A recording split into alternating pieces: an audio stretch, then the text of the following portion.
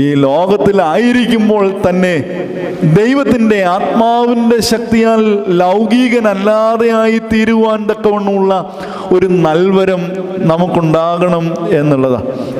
അതുകൊണ്ട് ദൈവത്തിൻ്റെ ശക്തി ഒരുവനിൽ അനുഭവിക്കുന്നത് നമുക്ക് ദൃശ്യമാകുന്നത് പ്രധാനമായി 3 തരത്തിലാണ്. ദൈവത്തിൻ്റെ ശക്തിയുള്ളവനെ കണ്ടാൽ തിരിച്ചറിയുന്നതിൻ്റെ ഒന്നാമത്തെ കാരണമെന്ന് പറയുന്നത് അവൻ പ്രാർത്ഥനയിൽ സ്ഥിരതയുള്ളവനായിരിക്കും. ഞാൻ മുൻപ് പലപ്പോഴും ഈ ബഥേൽ ഇടവകയിൽ വിശുദ്ധാരാധനയിൽ സംബന്ധിച്ചിട്ടുണ്ട്. അന്നൊക്കെ ഈ ദേവാലയം ഇങ്ങനെ നിറഞ്ഞു നിൽക്കുന്നത് കണ്ടിട്ടുണ്ട്. ഇന്ന് രാവിലെ ഒരു മഴ വന്നപ്പോൾ ദൈവത്തിൻ്റെ ആത്മാവിൻ്റെ ശക്തി നമ്മളിൽ നിന്ന് ചോർന്നുപോയി.